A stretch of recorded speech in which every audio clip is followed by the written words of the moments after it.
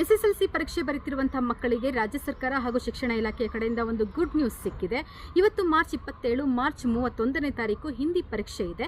ನೀವು ಹಿಂದಿ ಪರೀಕ್ಷೆಯನ್ನು ಬರೆದಂಥ ಸಂದರ್ಭದಲ್ಲಿ ನಿಮಗೆ ಯಾವುದೇ ಅಂಕಗಳನ್ನು ನೀಡೋದಿಲ್ಲ. ಅಲ್ಲಿಗೆ ಹಿಂದಿ ಪರೀಕ್ಷೆಯಲ್ಲಿ ಎಲ್ಲರೂ ಕೂಡ ಉತ್ತೀರ್ಣರಾದಂತೆ ಲೆಕ್ಕ. ಅಂಕ ಕೊಡೋದಿಲ್ವಾ? ಹಾಗಾದರೆ ಎಕ್ಸಾಮ್ ಯಾಕೆ ಬರೀಬೇಕು ಅಂದರೆ, ಆದರೆ ನಿಮಗೆ ಗ್ರೇಡ್ಗಳನ್ನ ಕೊಡ್ತಾರೆ. ABCD ಅನ್ನುವಂಥ ಗ್ರೇಡ್ಗಳನ್ನ ಕೊಡ್ತಾರೆ. ಈ ಗ್ರೇಡ್ ನಿಮ್ಮ ಮಾರ್ಕ್ಸ್ ಕಾರ್ಡಲ್ಲಿ ಕೂಡ ಶೋ ಅಪ್ ಆಗುತ್ತೆ. ಆದರೆ ಯಾವುದೇ ಅಂಕಗಳನ್ನು ಅಲ್ಲಿ ತೋರಿಸಲಾಗೋದಿಲ್ಲ. ಸೊ ಇದುವರೆಗೂ ಕೂಡ ನೀವು 625 ಅಂಕಗಳಿಗೆ ಪರೀಕ್ಷೆಯನ್ನು ಬರೀತಿದ್ರಿ. ಆದರೆ ಇನ್ನು ಮುಂದೆ 525 ಅಂಕಗಳಿಗೆ ಪರೀಕ್ಷೆಯನ್ನು ಬರೀತೀರಾ.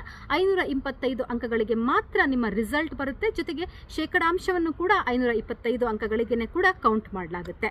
ಯಾಕಪ್ಪ ಈ ಕ್ರಮಕ್ಕೆ ಶಿಕ್ಷಣ ಇಲಾಖೆ ಮುಂದಾಯಿತು ಅಂತ ಅಂದರೆ, ಶಿಕ್ಷಣ ಇಲಾಖೆ ಹೇಳ್ತಾ ಇರ್ತಕ್ಕಂಥದ್ದು, ಹಿಂದಿ ಸಬ್ಜೆಕ್ಟ್ನಲ್ಲಿ ಸಾಕಷ್ಟು ಜನ ವಿದ್ಯಾರ್ಥಿಗಳು ಫೇಲ್ ಆಗ್ತಾ ಇದ್ರು.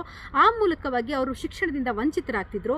ಅವರು ಶೈಕ್ಷಣಿಕವಾಗಿ ಮುಂದಿನ ವಿದ್ಯಾಭ್ಯಾಸವನ್ನು ಮಾಡೋದು ಬಿಟ್ಟೇ ಬಿಡ್ತಿದ್ರು. ಇದರಿಂದಾಗಿ ಅವರಿಗೆ ಬಹಳನೇ ಅನಾನುಕೂಲಗಳಾಗ್ತಿತ್ತು. ಅವರ ಭವಿಷ್ಯ ಹಾಳಾಗ್ತಾ ಇತ್ತು. ಹಾಗಾಗಿ ಈ ಕ್ರಮಕ್ಕೆ ಬಂದಿದ್ದೀವಿ ಅಂತ ಹೇಳ್ತಾ ಇದ್ದಾರೆ. ಸೊ ಶಿಕ್ಷಣ ಇಲಾಖೆಯ ಈ ಕ್ರಮವನ್ನು ಸಾಕಷ್ಟು ಜನ ಪರ ವಿರೋಧವಾಗಿ ಚರ್ಚೆಯನ್ನು ಕೂಡ ಮಾಡ್ತಿದ್ದಾರೆ. ಇದರಿಂದ ಹಳ್ಳಿಗಾಡಿನ ಮಕ್ಕಳಿಗೆ, ಗ್ರಾಮೀಣ ಪ್ರದೇಶದ ಮಕ್ಕಳಿಗೆ ಒಳ್ಳೆಯದಾಯಿತು ಅಂತ ಸಾಕಷ್ಟು ಜನ ಮಾತಾಡ್ತಾ ಇದ್ದಾರೆ.